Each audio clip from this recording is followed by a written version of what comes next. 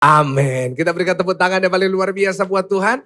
Bapak Ibu Saudara, saya percaya saudara sudah diberkati lewat pujian dan penyembahan yang sudah dinaikkan selama 25 menit ini saudara. Saya yakin dan percaya saudara semua diberkati. Saudara sama-sama tulis di live chat, Tuhan Yesus dahsyat. Ayo saudara, sebanyak-banyaknya tulis, Tuhan Yesus dahsyat. Saya percaya dimanapun saudara berada, di acara Sela ini saudara diberkati oleh Tuhan.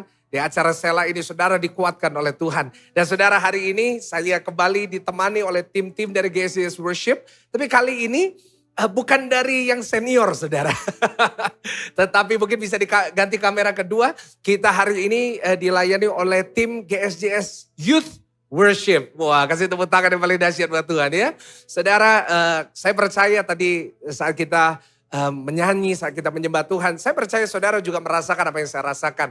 Bahwa hadirat Tuhan menyentuh saya, hadirat Tuhan memberkati saya, hadirat Tuhan menolong saya. Dan saya berdoa kalau saudara diberkati, saudara bisa like video ini dan saudara bisa share ke teman-teman saudara yang lain ya. Bapak Ibu Saudara, hari ini kita akan kembali belajar firman Tuhan. Tapi sebelum kita belajar, ayo sebanyak-banyaknya saudara boleh tulis di live chat lokasi atau saudara beribadah dari mana aja. Ya, supaya kita bisa sambil kita dengar firman, sambil kita membaca. Nah saudara, hari ini spesial karena ini sebuah Sela yang saya akan adakan sebulan sekali. Maksudnya Pak? Maksudnya Sela bersama dengan GSDS Youth ini saya mau adakan sebulan satu kali. Kenapa? Karena saya percaya yang berada bersama dengan saya di atas mimbar ini adalah anak-anak muda yang Tuhan pakai luar biasa juga saudara ya. Dan saya percaya saat kita bisa bersama-sama melayani Tuhan ya. Saudara juga bisa merasakan hadirat Tuhan. Saya percaya generasi ke depan itu cerah adanya saudara. Kenapa? Karena ada anak-anak muda yang juga Tuhan pakai secara luar biasa. Saya juga dulu seumuran mereka saudara dan saya juga melayani Tuhan. Dan kalau hari ini saya bisa ada, kenapa? Karena ada yang memberikan kesempatan bagi saya. Dan saya berdoa saudara hari ini juga memberikan kesempatan saudara tetap share, saudara tetap mengikuti ibadah ini. Saya bisa share ke anak-anak saudara. Supaya apa? Supaya mereka juga terinspirasi. Bahwa anak-anak muda juga dahsyat di hadapan Tuhan. Ya, tapi ini bukan ibadah youth. Ya saudara, ini mudah-mudahan semua ibadah youth. No? Ini tetap ibadah Sela. Tapi yang menemani saya adalah anak-anak muda yang dahsyat. Ya, karena itu hari ini ayo kita mau belajar firman Tuhan. Tulis di live chat, saya mau belajar firman Tuhan. Ya, kita mau belajar firman Tuhan yang kita ambil dari 2 raja-raja. Nah, dan teman-teman yang di atas mimbar ini akan membantu saya untuk membaca dari 2 raja-raja pasalnya ke-22. Ya, teman-teman tolong siapin 2 raja-raja 22 ayatnya yang pertama sampai ayatnya ke-13. Ya, 2 raja-raja pasal mungkin juga bisa ditampilkan di screen. Ya, di 2 raja-raja itu setelah kejadian dan sebelum wahyu saudara. Ya jelas semuanya di setelah kejadian dan sebelum wahyu saudara. Tapi hari ini kita mau belajar dari seorang anak muda. Tapi saya ingin kita belajar bukan pada saat dia muda. Tetapi hasil dari apa yang dia lakukan pada masa mudanya. Dan saya percaya ini bisa relate kepada setiap dari kita yang akan membaca malam hari ini. Ya, kita buka 2 Raja-Raja 22 ini pertama sampai ayatnya ke-13. Boleh kita gantian mulai dari sebelah kanan saya Eliezer, lalu Geraldo, lalu Michelle. Ya, nanti gantian terus sampai ayat 13. Silakan.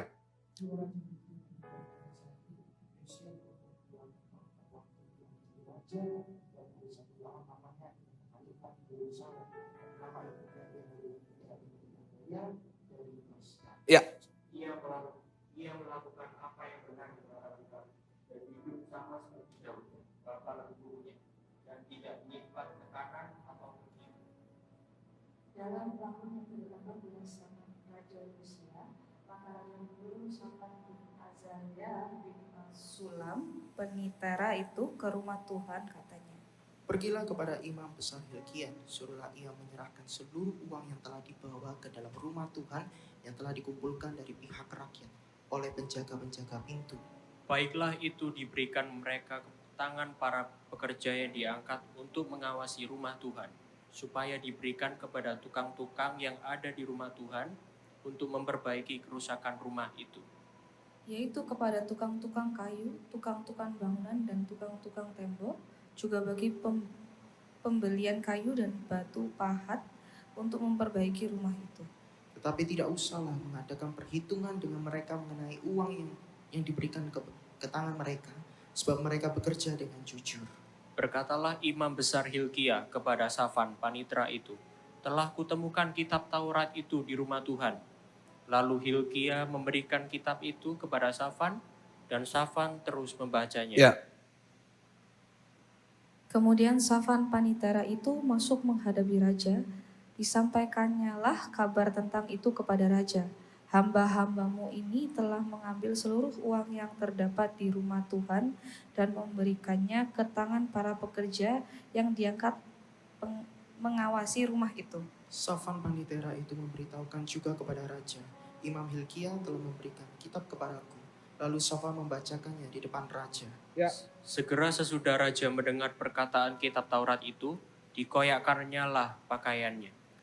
Kemudian raja memberi perintah kepada Imam Hilkia, kepada Ahikam bin Safan, kepada Akbor bin Mika, kepada Safan panitera itu, dan kepada Asaya hamba raja. Katanya. Sama-sama kita baca ayat 13. Pergilah, mintalah petunjuk Tuhan bagiku, bagi rakyat dan bagi seluruh Yehuda. Tentang perkataan kitab yang ditemukan ini. Sebab hebat kehangatan murka Tuhan yang bernyala-nyala terhadap kita. Oleh karena nenek moyang kita tidak mendengarkan perkataan kitab ini. Dan berbuat tepat seperti yang tertulis di dalamnya. Bapak Ibu Saudara, kita baru saja membaca satu perikop dari seorang raja yang menurut saya merupakan raja yang hebat. Namanya adalah Yosia. Sama-sama tulis di live chat, Yosia. Nah hari ini kita akan melanjutkan seri ini. Dari seri yang sudah saya mulai beberapa hari Selasa yang lalu. Yaitu orang Kristen yang tangguh. Sama-sama tulis di live chat, orang Kristen yang tangguh. Coba ngomong sama kanan kiri, ayo yang tangguh. Nah saudara, artinya apa yang tangguh? Tangguh artinya adalah kita ini kuat gitu. Kita ini menghadapi apapun kita tetap maju. Situasi boleh seburuk apapun kita tetap maju. Nah kita tangguh artinya kita tidak cengeng. Artinya apa? Ada masalah dikit kita stres gitu kan. Ada masalah dikit kita mau bunuh diri. Ada masalah dikit kita depresi gitu. Bukan berarti saya tidak setuju dengan orang yang memberikan definisi atas dirinya depresi. No. Tetapi saya mau kita jadi orang-orang yang tidak gampang berada dalam satu situasi yang terpuruk gitu. Saya tahu situasi buruk. Saya tahu masalah tetap ada. Tapi orang Kristen yang kita belajar dari Alkitab bukan orang Kristen yang cengeng. Bukan yang karena mengasihani diri sendiri akhirnya depresi. Tetapi saya mau orang-orang Kristen yang percaya pada Tuhan. Dan terutama jemaat Sela yang mengikuti malam hari ini. Saudara jadi orang-orang Kristen yang kuat gitu. Orang-orang Kristen, yes, masalah ini bisa buat saya depresi. Masalah ini bisa buat saya stres. Masalah ini bisa buat saya mau bunuh diri. Tapi saya punya Tuhan yang hebat. Nah itu, tulis di live chat. Saya punya Tuhan yang hebat. Karena itu saya rasa kita perlu terus belajar tentang jadi orang Kristen yang tangguh. Saya nggak tahu selama beberapa minggu ke depan. Tetapi setiap hari Selasa saya berdoa saudara mengikuti Sela terus. Supaya saudara terus belajar. Gimana kita dibentuk jadi orang Kristen yang tangguh. Nah saudara kembali kepada Yosia. Yosia merupakan raja yang hebat. Dan Alkitab mencatat tadi kita sudah baca. Dia mendapatkan tanggung jawab yang besar. Di usia 8 tahun. Usia berapa saudara? 8 tahun. Eliezer umur berapa? 21. 21. Geraldo? 21. 21. 23. Wih 23 ya. Dahsyat saudara. Ini 21, 23. Mr. Michael, jangan kepo. Saudara pikir saudara bisa mancing saya. That's just a joke. Tapi saudara, kita belajar dari firman Tuhan yang dahsyat. Raja Yosia umur 8 dia menjadi raja. Tentunya menjadi raja dia harus menghadapi banyak tantangan-tantangan dan persoalan. Kenapa? Karena dia berada dalam situasi di mana dia masih kecil dan dia punya tanggung jawab yang besar. Tentunya dia stres bagaimana dia harus memimpin satu negara. Tetapi firman Tuhan berkata bahwa dia melakukan yang benar di mata Tuhan. Artinya apa? Dia tetap tangguh. Artinya apa? Di saat semua di sekitar dia berusaha untuk menjatuhkan dia. Di saat di sekitarnya berusaha untuk mengarahkan dia ke arah yang buruk, ke arah yang negatif. Apa yang terjadi? Yang namanya Yosia, dia tetap maju. Yang namanya Yosia, dia tetap melangkah. Yang Yosia tetap melakukan yang benar. Dan saudara, saya rasa itu sesuatu yang sulit untuk dilakukan hari-hari ini. Saya bertemu dengan banyak orang, bukan hanya anak-anak muda. Tapi saya bertemu dengan begitu banyak orang-orang Kristen yang hidupnya, mereka sudah keluar dari jalannya Tuhan. Kenapa? Karena mereka merasa Tuhan gak ada, mereka merasa Tuhan jahat, mereka merasa masalahnya besar. Saudara, tetapi kita harus belajar dari Yosia. Kalau hari ini saudara ingin menjadi orang Kristen yang tangguh, perlu, saya rasa sangat perlu, saudara dan saya menjadi orang-orang Kristen yang belajar seperti Yosia. Apa yang terjadi kepada Yosia? Yang terjadi kepada Yosia adalah di saat semuanya, di saat semuanya hidup dalam kerusakan, dia sendiri tetap melakukan yang benar. Dan hari ini kita mau belajar bagaimana saudara dan saya bisa jadi orang Kristen yang tangguh dari Raja Yosia. Kita buka yang pertama dari 2 Raja-Raja pasalnya ke-22. 2 Raja-Raja pasalnya ke-22 ayatnya yang kedua. Ayo. Saya akan bacakan buat saudara, dikatakan ia melakukan apa yang benar di mata Tuhan dan hidup sama seperti Daud, bapa leluhurnya. Dan tidak menyimpang apa saudara ke kanan atau ke kiri. Saudara, kenapa Yosia bisa tetap jadi orang Kristen yang tangguh? Dia tidak tinggalin Tuhan. Dia tetap cari Tuhan. Sampai akhir hidupnya, bahkan kita sudah baca. Dia bangun kembali bait Allah. Dia bukan hanya bangun bait Allah, dia mengadakan Paskah pertama selama berapa puluh tahun. Kenapa? Kenapa Yosia bisa jadi Kristen tangguh? Dan saya berdoa itu terjadi juga dalam kehidupan saudara. Sampai kapanpun saya berdoa, saudara mengikuti Sela, saudara jemaat yang setia. Sampai kapanpun, tulis di live chat, sampai kapanpun. Sampai kapanpun saudara akan jadi orang-orang yang tetap percaya kepada Tuhan. Itu kerinduan saya. Tapi gimana caranya Pak? Saya melihat begitu banyak orang saudara. Mudanya dahsyat. Mudanya seperti anak-anak di atas mimbar ini. Woi, melayani Tuhan. Lompat-lompat. Tapi di akhir hidupnya, mereka jadi orang-orang yang jauh dari Tuhan. Bahkan yang dulu melayani sekarang tidak melayani. Kenapa? Enggak tangguh. Karena masalah hidup membuat mereka menjauh dari Tuhan. Masalah hidup membuat mereka merasa Tuhan enggak ada dan akhirnya mereka meninggalkan. Hari ini kita mau belajar. Bagaimana? Yang pertama, bagaimana kita jadi orang Kristen yang tangguh? Yaitu, yang pertama saudara catat baik-baik. Yaitu berkomitmen untuk konsisten dalam kebenaran. Ayo. Tulis di live chat, konsisten. Ayo, semua tulis dulu, konsisten. Sama-sama tulis, konsisten dalam kebenaran. Wah, double lah saudara, konsisten dalam kebenaran. Tapi kata kuncinya, yang menurut saya penting, adalah berkomitmen. Apa? Nah, itu juga boleh saudara tulis di live chat. Berkomitmen untuk hidup dalam kebenaran.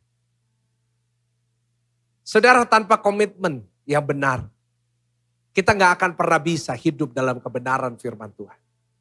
Kenapa? Karena salah satu musuh terbesar dari manusia hari-hari ini adalah godaan. Apa saudara? Godaan. Coba ngomong sama kanan kiri, jangan tergoda ya. Jangan tergoda loh. Terutama anak-anak muda nih. Terutama anak-anak saudara nih. Hati-hati. Hati-hati. Karena hari-hari ini godaan semakin banyak, semakin memarak di mana-mana. Dengan satu alat, ada unlimited sin gitu. Bukan cuma unlimited data, itu kan kuota saudara. Tapi unlimited sin yang kita bisa pakai, yang kita bisa gunakan, yang kita bisa jatuh di dalamnya. Hanya di dalam satu alat ini. Bapak Ibu Saudara, hari-hari ini godaan dari setan begitu kuat. Tentunya pasti banyak godaan setan untuk saudara meninggalkan Tuhan. Tentu banyak godaan dari setan untuk apa? Untuk saudara murtad. Tentu ada banyak godaan dari setan untuk apa? Supaya saudara menjauh dari Tuhan. Setan akan bilang, hey lihat. Kamu pelayanan, kamu sungguh-sungguh. Kamu hidup benar. Apa hasilnya buat kamu? Kamu kan masih miskin. Kamu kan masih gak maju hidupnya. Pekerjaanmu kan gitu-gitu aja. Saya mau katakan kepada saudara, jangan jatuh di dalam godaan. Tulis di live chat, jangan jatuh dalam godaan. Saudara, Hizkia selama bertahun-tahun, firman Tuhan tetap mencatat. Di tahun 18 di dalam kerajaan Yosia. Yosia menjadi raja umur 8. Lalu 18 tahun dia memerintah. 18 tambah 8 berapa? Ini bingung semua saudara. 18 tambah 8 26. Dia sampai usia 26 dari umur 8. Apa yang terjadi? Dia tetap hidup dalam kebenaran. Saudara, hari-hari ini saya khawatir. Karena banyak ajaran-ajaran yang menurut saya sedikit menyesatkan.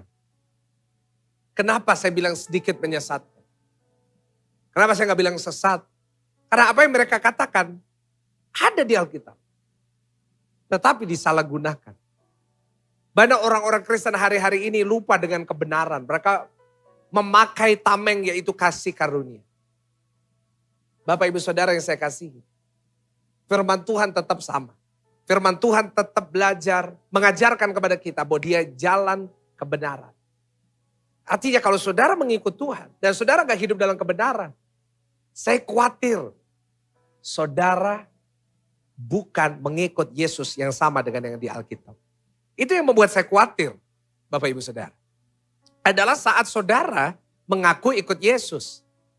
Tapi bukan Yesus yang Alkitab maksud. Karena Yesus sendiri mengatakan, I'm the way. Sama-sama tulis, aku jalan. Dan dia menulis, aku jalan kebenaran dan hidup. Ada kata kebenaran. Saat kita gak bisa hidup dalam kebenaran, jalan mana yang sedang kita ikuti? Nah itu.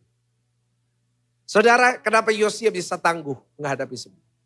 Karena ada komitmen di dalam dirinya. Apapun boleh terjadi. Godaan boleh datang.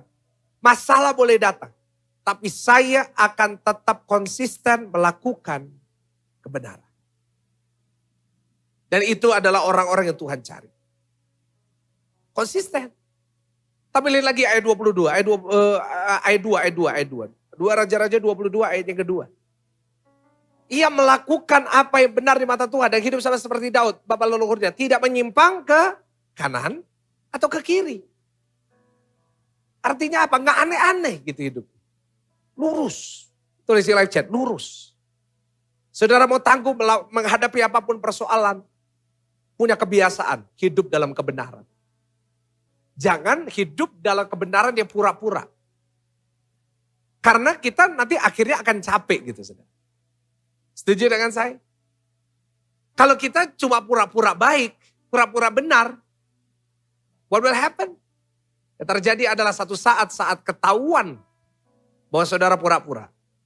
Saudara akan hancur. Tetapi firman Tuhan berkata, jangan menoleh ke kanan, ke kiri. Jangan menyimpang ke kanan atau ke kiri. Urus. Saya berdoa kita semuanya mengarah ke sana. Bukan hidup semau gue. Semau saya. Tapi hidup lurus. Ada gak kadang-kadang jatuh? Ada. Tapi jatuhnya jangan ke kanan. Jatuh di tempat. Bangkit lagi, maju lagi.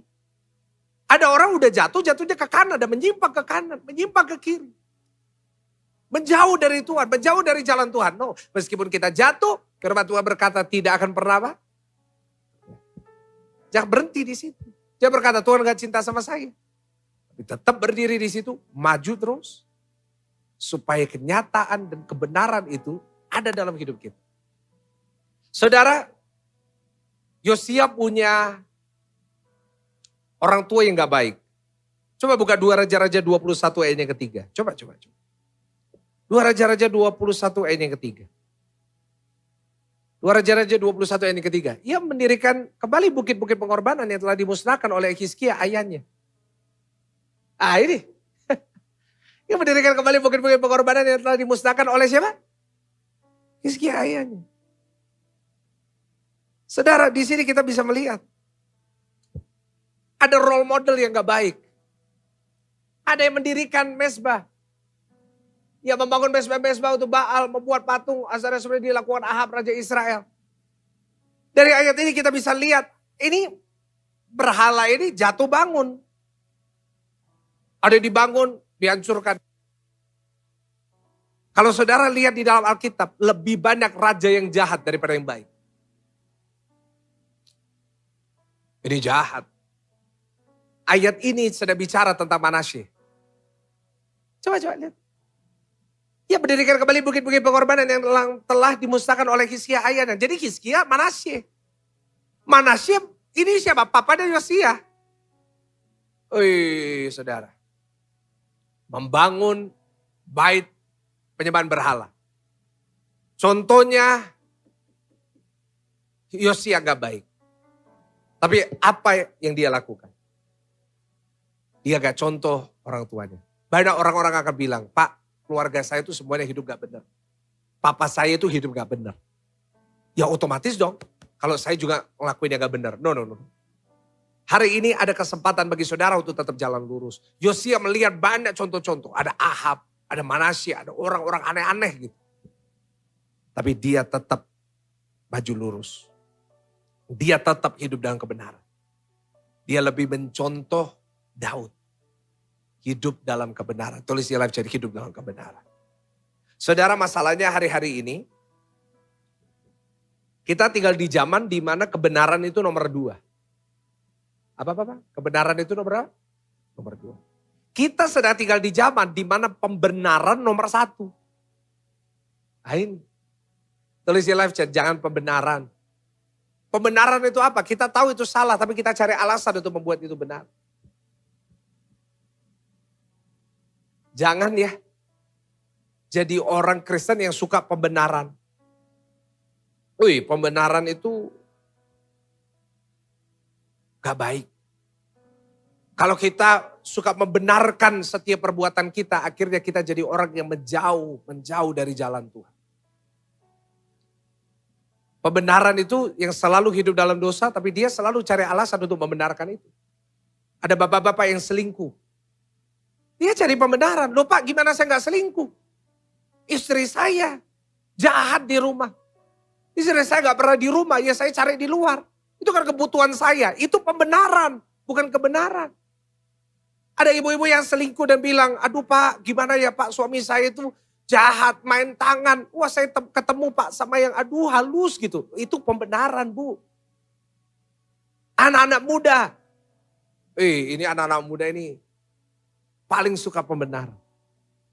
Tapi yang di atas mimbar ini gak ada. Ini orang-orang hebat semua. Tapi sorry ya anak-anak muda di luar sana. Anak-anak saudara. Banyak yang suka pembenaran. Bentak orang tua. Kenapa? Orang tua saya jahat kok Pak Pendeta. Masa orang jahat dibaikin? Loh itu kan pembenaran bukan firman Tuhan. Bukan kebenaran. Ada yang ngelakuin hal-hal yang gak benar. Aduh pastor. Ini kan budayanya udah lain. Loh itu budaya bukan kebenaran. Ada yang rokok gitu. Ada yang seks bebas. Pastor ini zamannya udah lain. Oke. Gak apa-apa. Hiduplah dalam zaman itu. Zaman apa? Hiduplah dalam zaman penganiayaan nanti. Saya bilang ini zamannya udah lain. Gak apa-apa lah pastor, semua yang ngelakuin gitu. Itu budaya, bukan kebenaran. Kita harus bisa membedakan mana budaya, mana kebenaran. Jangan pakai budaya sebagai alasan untuk engkau hidup dalam dosa. Pastor, semua ngelakuin gini, so what? Pastor, kalau saya bisnis jujur, nanti saya gak bisa cuan seperti yang lain. Loh, itu kan pembenaran untuk engkau melakukan hal yang curang. Bukan kebenaran. Firman Tuhan berkata engkau lakuin yang baik terus, kau tabur, kau tuai. Jangan hidup dalam pembenaran. Saat engkau hidup dalam pembenaran, maka hidupmu gak akan pernah tangguh. Kenapa? Karena kadang-kadang kita akan capek. Hidup dalam kebohongan. Bapak Ibu Saudara, saya berdoa. Setiap saudara mendengar acara Sela ini.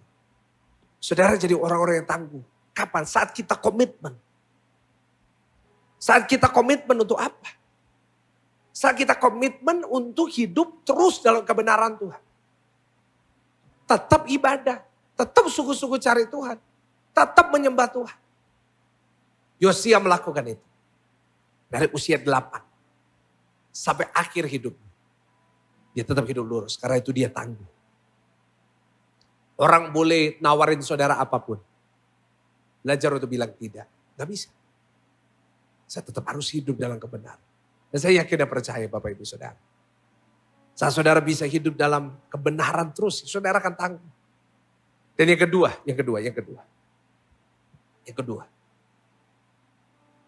Catat yang baik-baik. Gimana kita jadi orang Kristen yang tangguh? Kita belajar dari Raja Yosia. Yang kedua adalah kita harus punya sikap hati yang benar. Tulis di live chat, sikap hati yang benar.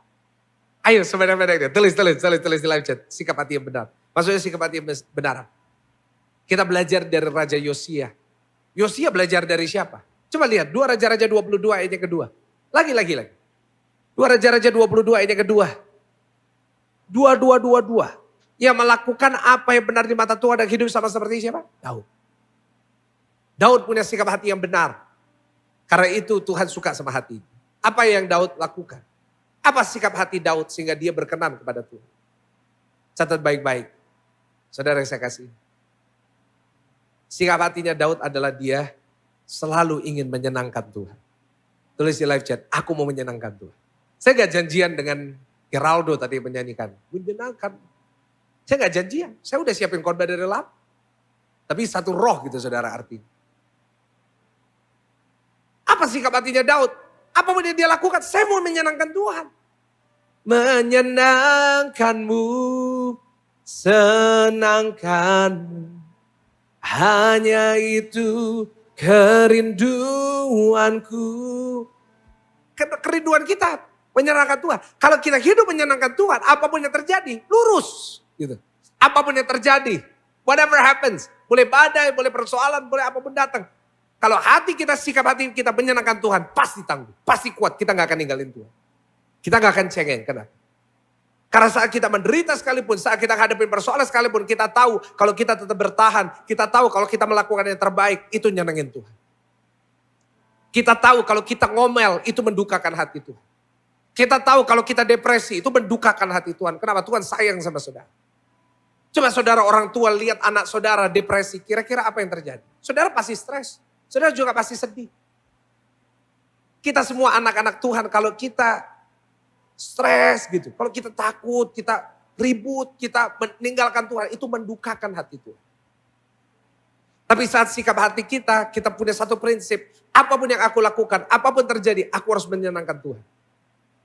Waduh, saya yakin tangguh saudara. Paulus kenapa kok bisa tahan? Dicambuk, ditampar, diludahi, dimasukin penjara. Dirantai setiap hari. Kenapa? Apa yang membuat Paulus kuat? Karena dia punya kerinduan untuk menyelesaikan pertandingan. Artinya apa? Dia punya kerinduan, aku hidup ini sampai aku menyelesaikan pertandingan akhir. Aku harus menyenangkan hatiku. Dia berkata, gak apa-apa, apapun terjadi boleh terjadi dalam hidupku. Yang penting Injil diberitakan, menyenangkan Tuhan. Bapak Ibu Saudara hari ini. Pertanyaan saya, sudahkah kita menyenangkan Tuhan? Sudahkah kita menyenangkan Tuhan dengan perbuatan kita? Sikap hati kita. Kalau prinsip hidup kita menyenangkan manusia. Menyenangkan diri kita sendiri. Kita gak bisa tangguh. Karena begitu banyak hal yang akan mengecewakan saudara dan saya. Tapi dengar baik Bapak Ibu Saudara saya kasihi. Di acara Sela, saudara-saudara juga yang mengikuti hari ini. Apapun terjadi. Saudara harus melakukan kebenaran. Lakukan itu dengan prinsip, aku harus menyenangkan Tuhan. Melayanilah. Bukan untuk supaya dilihat orang gitu. Melayani bukan cuma banyak follower. Jangan melayani supaya kelihatan suci. Tapi melayani Tuhan buat apa? Aku mau nyenangin Tuhan. Aku mau nyanyi. Nyanyi buat apa? Untuk menyenangkan Tuhan. Ya, teman-teman di atas mimbar. Kalau aku nyanyi, buat siapa? Buat Tuhan. yang main musik. Main buat apa? Untuk Tuhan senang gitu. Ya megang kamera, ini ada banyak megang kamera. Ngapain megang kamera? Buat Tuhan, nyenengin Tuhan. Urusan dapat apa, urusan nanti dilihat orang, itu urusan kedua. Urusan pertama saya ngelakuin ini karena saya mau nyenengin Tuhan. Kalau saudara ngelakuin ini nyenengin Tuhan, maka gak ada capeknya. Kalau saudara lakuin semua ini untuk menyenangkan Tuhan, gak ada jenuhnya. Saudara 2 tahun ini saya udah gak tahu, saya gak bisa ngitung saya khotbah berapa kali. Tapi saya gak capek, saya gak jenuh. Kenapa? Karena saya lakuin ini buat Tuhan. Saya berdoa, saudara ikut sela ini pun bukan karena kewajiban setor nama di live chat. Saya berharap saudara ikut sela ini bukan cuma, ya kalau gak ikut sela gak enak lah. No. Tapi saudara ikut sela, nyembah sama-sama. Buat apa? Supaya saudara menyenangkan Tuhan. Dan saya percaya kalau saudara punya prinsip ini, terus komitmen hidup dalam kebenaran. Yang kedua, saudara terus punya sikap hati yang mau menyenangkan Tuhan. Saya percaya kita jadi tangguh. Seperti Yosia sampai akhir hidup kita. Kita akan tetap tidak melenceng ke kanan atau ke kiri, tetapi kita tetap setia sama Tuhan. Cinta Tuhan. Dan akan selalu, saya katakan sekali lagi, selalu dekat dengan Tuhan. Dan saya percaya orang yang dekat dengan Tuhan, hidupnya akan dilimpahi berkat-berkat yang dahsyat. Yang percaya, berikan tepuk tangan yang paling meriah buat Tuhan. Sama-sama kita mau tutup ibadah ini dengan doa. Saudara hari ini mau jadi orang Kristen yang tangguh, tutup mata saudara. Kita berdoa bersama-sama. Tuhan Yesus, hari ini kami belajar dari Raja Yosia. Ampuni kami kalau seringkali kami membelok ke kanan atau ke kiri. Ampuni kami kalau kami on and off dengan Tuhan. Ampuni kami kalau seringkali kami meninggalkan Tuhan lalu kembali, meninggalkan Tuhan lalu kembali. Karena hanya berdasarkan perasaan dan kesenangan kami. Ampuni kami Tuhan kalau seringkali kami mendahulukan keinginan kami daripada kesenangan Tuhan. Ampuni kami kalau seringkali kami jatuh dalam dosa lalu kami merasa bahwa kami sudah terlalu jauh dan kami tidak mau kembali kepada Tuhan. Tapi hari ini hamba-Mu berdoa dan hamba-Mu percaya. Hari ini saat kami belajar dari firman-Mu, hal ini mengubahkan kami. Biar hari ini kami komitmen ulang. Komitmen ulang untuk kami terus hidup. Berada di jalan Tuhan yang Tuhan mau. Ajar kami untuk kami komitmen kembali dalam sikap hati kami. Untuk kami menyenangkan Tuhan dengan segenap hati kami. Dan hamba-Mu yakin dan hamba-Mu percaya. Di dalam nama Tuhan Yesus. Maka Kristen-Kristen yang tangguh akan muncul lewat acara sela ini. Hamba-Mu berdoa dan hamba-Mu percaya. Akan ada orang-orang yang diberkati dan dipakai Tuhan luar biasa. Seperti Yosia mereka akan dipakai oleh Tuhan untuk melakukan perkara-perkara yang dahsyat.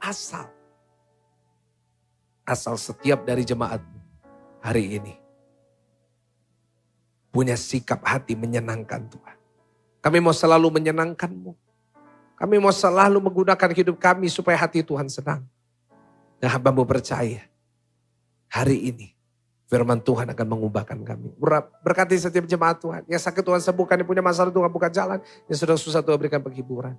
Biar berkat dari Allah Bapa, Allah Putra, Allah Roh Kudus memberkati setiap jemaat. Dalam setiap perkara dalam hidupmu. Usaha pekerjaan, studi, sekolah, bisnis, perjuangan, pernikahan.